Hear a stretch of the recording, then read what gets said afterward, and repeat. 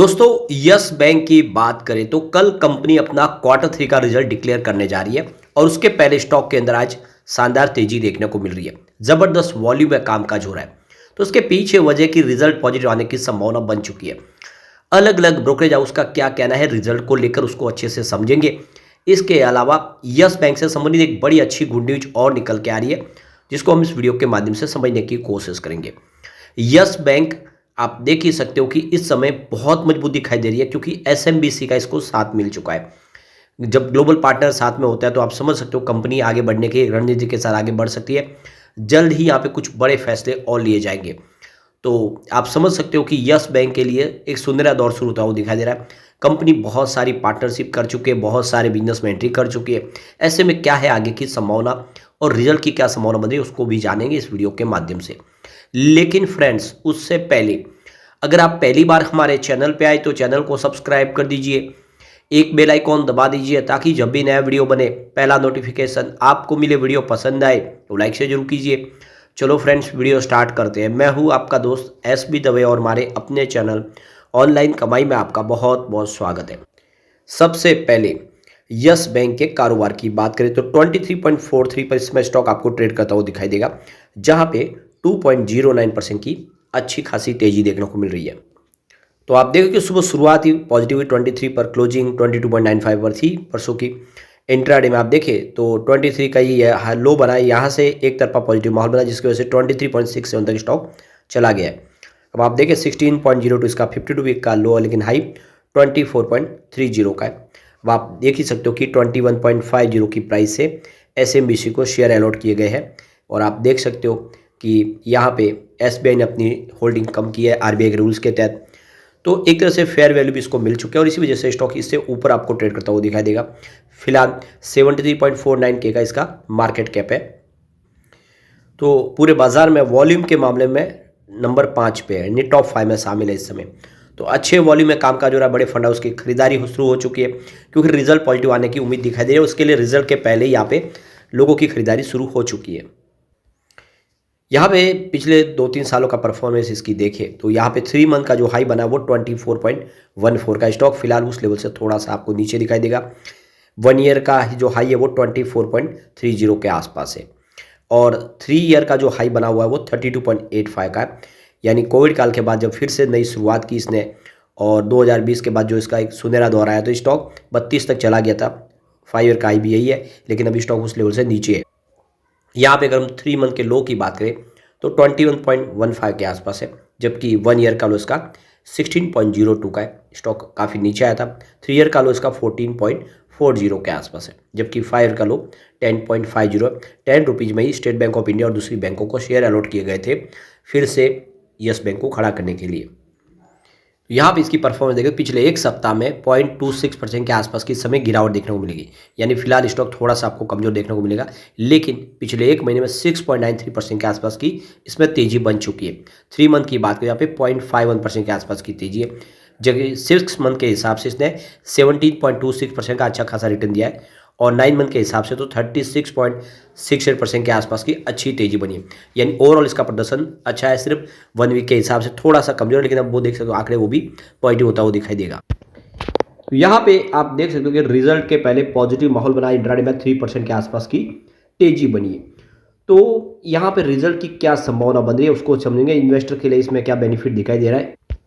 तो आज पॉजिटिव माहौल बना हुआ है। इंट्राडे में आप देखें 23.62 का हाई बना क्योंकि कंपनी कल अपना सैटरडे को रिजल्ट क्वार्टर 3 का देने जा रही है और उसके बाद आप देखें रिजल्ट का जो भी असर होगा वो मंडे को ही होगा।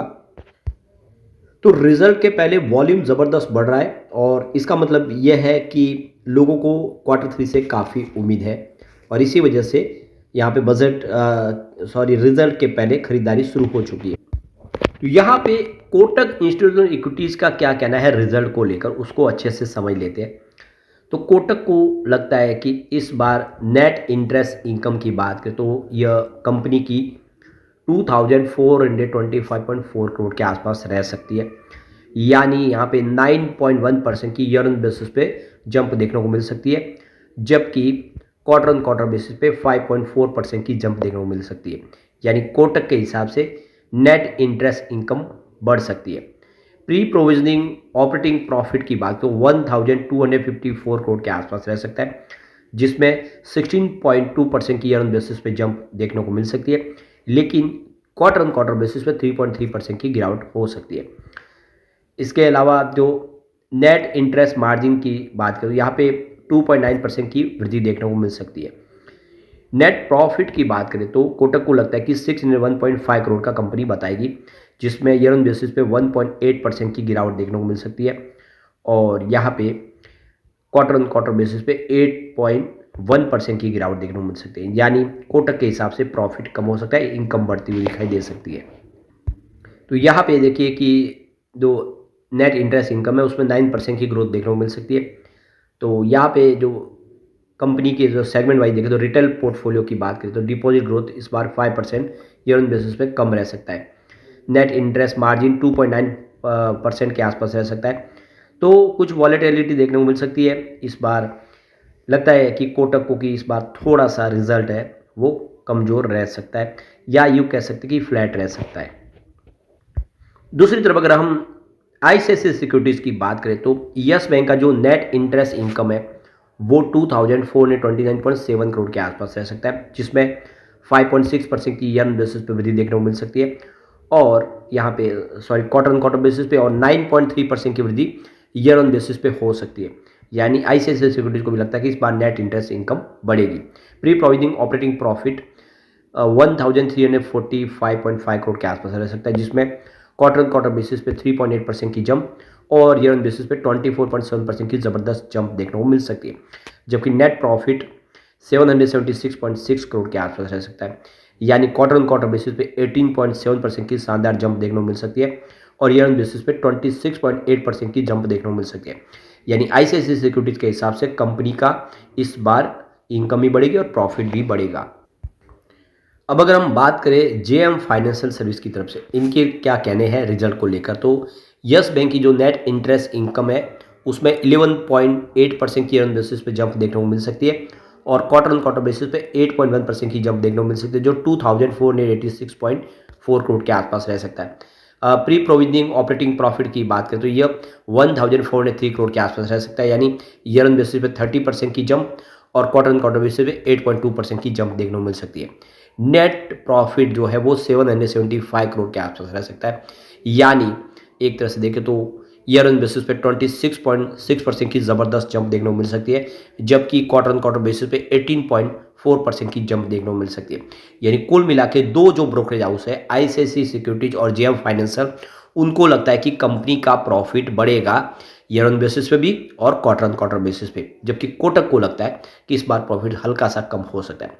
तो अगर हम पैमाना देखें तो दो ब्रोकरेज हाउसेस के साथ है पॉजिटिव है, इसका मतलब प्रॉफिट बढ़ने की पूरी उम्मीद है, और जिस तरह से आज खरीदारी हो रही है वो भी यही सिग्नल है कि प्रॉफिट यहाँ से बढ़ता हुआ दिखाई देगा। दूसरी जो एक अच्छी गुड न्यूज़ ये निकल के आ रही है कि आरबीआई की तरफ से नोट मिला है जापान की एसएमबीसी को। अब आपको पता होगा कि यस बैंक के अंदर इनकी सबसे बड़े हिस्सेदार एसएमबीसी है। अब एसएमबीसी है वो यहाँ पे आप देखिए एनबीएफसी का बिजनेस शुरू करेगी। इस समय जो उनकी बैंकिंग ऑपरेशन अगर आप देखें तो अलग अलग इंडिया की ब्रांच के माध्यम से न्यू दिल्ली, मुंबई, चेन्नई और बेंगलुरु में सर्विस प्रोवाइड कर रहे हैं, और अब ये इनका बिजनेस और बढ़ता हुआ दिखाई दे। तो एसएमबीसी की 24.22% की हिस्सेदारी यस बैंक में, सबसे बड़े इन्वेस्टर है यस बैंक के अंदर, उसके बाद में स्टेट बैंक ऑफ इंडिया की हिस्सेदारी है।